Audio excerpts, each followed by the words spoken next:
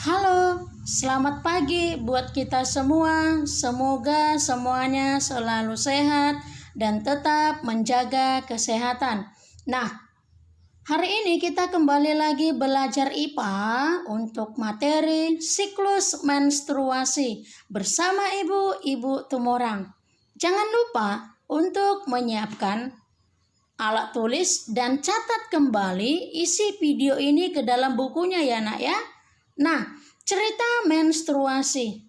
Ibu rasa sudah banyak di antara kamu siswi kami yang mengalami menstruasi. Nggak mungkin laki-laki ya. Nah, apa sih menstruasi itu?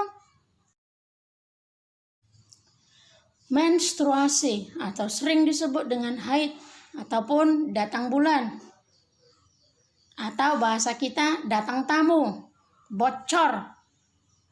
Apa itu arti menstruasi? Suatu keadaan keluarnya darah, cairan, jaringan, lendir, dan sel-sel epitel yang menyusun dinding rahim ataupun endometrium.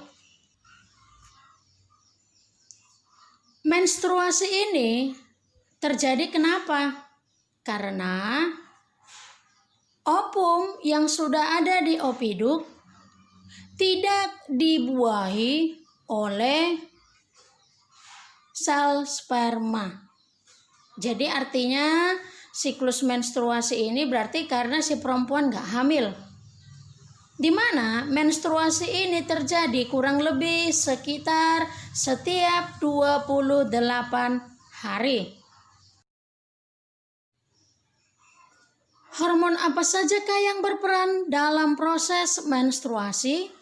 Ada beberapa, yaitu yang pertama FSH, Follicle Stimulating Hormone.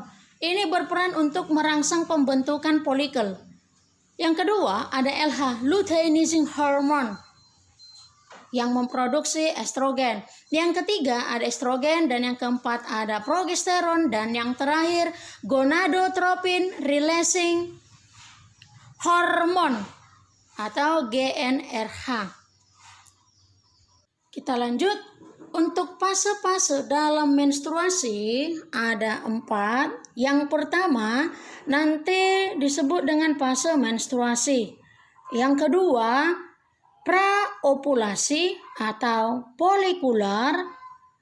Yang ketiga ovulasi. Yang keempat pramenstruasi ataupun fase luteal. Nah, untuk fase yang pertama yaitu fase menstruasi, di sini nanti terjadi penurunan hormon estrogen dan progesteron yang akan menyebabkan dinding endometrium akan meluru dan berubah menjadi darah dan akan dikeluarkan melalui vagina. Kenapa? Karena sel ovum tidak dibuahi oleh sel sperma atau tidak mengalami fertilisasi. Pada saat ini, seorang wanita akan mengalami rasa nyeri di perut bagian bawah. Baik, kita lanjutkan untuk fase yang kedua, yaitu fase proliferasi atau praovulasi atau folikular.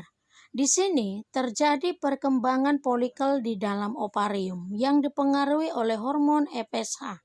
Folikel ini akan menghasilkan hormon estrogen sehingga terjadi penebalan dinding endometrium. Proliferasi berlangsung dari hari ke-5 sampai hari ke-13. Kita lanjutkan untuk fase yang ketiga, yaitu fase ovulasi.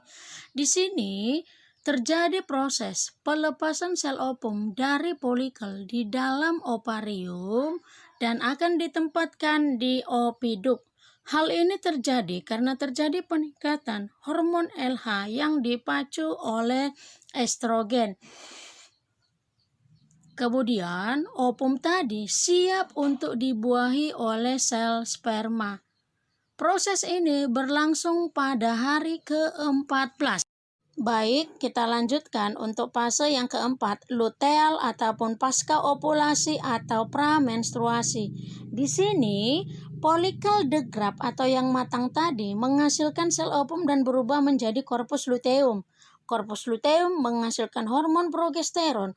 Progesteron berfungsi untuk menjaga, mempertahankan penebalan dinding rahim untuk persiapan kehamilan. Biasanya, gejala yang dialami oleh wanita adalah payudara membengkak, muncul jerawat, mural lemas, dan mudah marah. Jadi, kesimpulannya, jika tidak terjadi fertilisasi, maka corpus luteum akan berubah menjadi corpus albicans yang akan menyebabkan estrogen dan progesteron rendah sehingga terjadilah menstruasi.